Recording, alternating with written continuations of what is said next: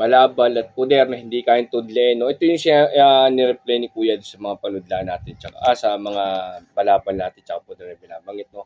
Bigyan ko paliwanagan to kay Kuya. No? Ang kailangan daw niya, yung balabal at tsaka puder na hindi kayang tudlin. Paano ba mangyayari to? Tara, hindi kasi ganun kabigla lang yan.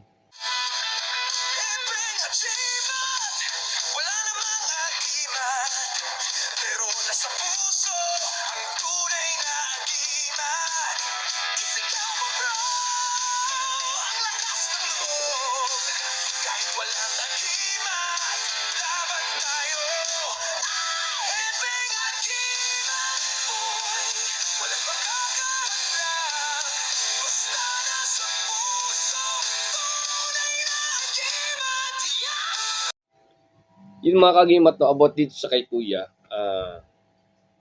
poder tsaka yung balabal na hindi kayang tudlin. Actually, kagimat kasi, kung lilinawan nyo kasi yung aral nyo, kasi ito, sabi ko nga sa inyo, minsan, think before you click, sabi nga, di ba? Itong ganito kasi yung pamamaraan kay Kuya kasi, misa kasi, meron kasi mga yabangan. Kasi sabi ko nga sa inyo. Ang poder po kasi, kahit anong klase yan, tsaka yung balabal, ay magdidepende po yan sa nagtatangan, kung paano nyo alagaan, kung paano nyo palakasin. Kasi kung meron nga kayo, sabihin natin, meron kasi mga ibang aral na malakas yung kay ganito, malakas yung ganito ni di ba? Sabihin natin, mas malakas yung kay Tartar, malakas yung kay Metatron, di ba? Kung yun lang talagang malakas, dapat yun na lang ginamit na manggagamot, di ba? Pero ba't may iba't ibang gumagamit, di ba?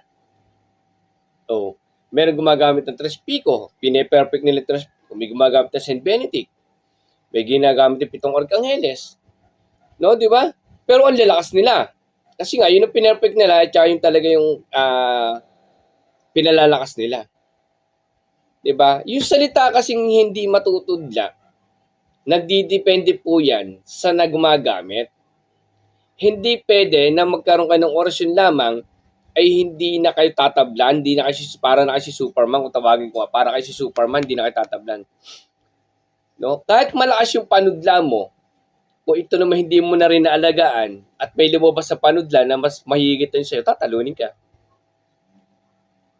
Kung yung mga puder mo naman, kahit anong klaseng puder o tsaka balabal po yan, kung meron kayo na isa na maalagaan nyo talaga, no, kahit isa lang po yan, maalagaan nyo mabuti, lalakas po ng lalakas siya, yun po yung hindi matutulad.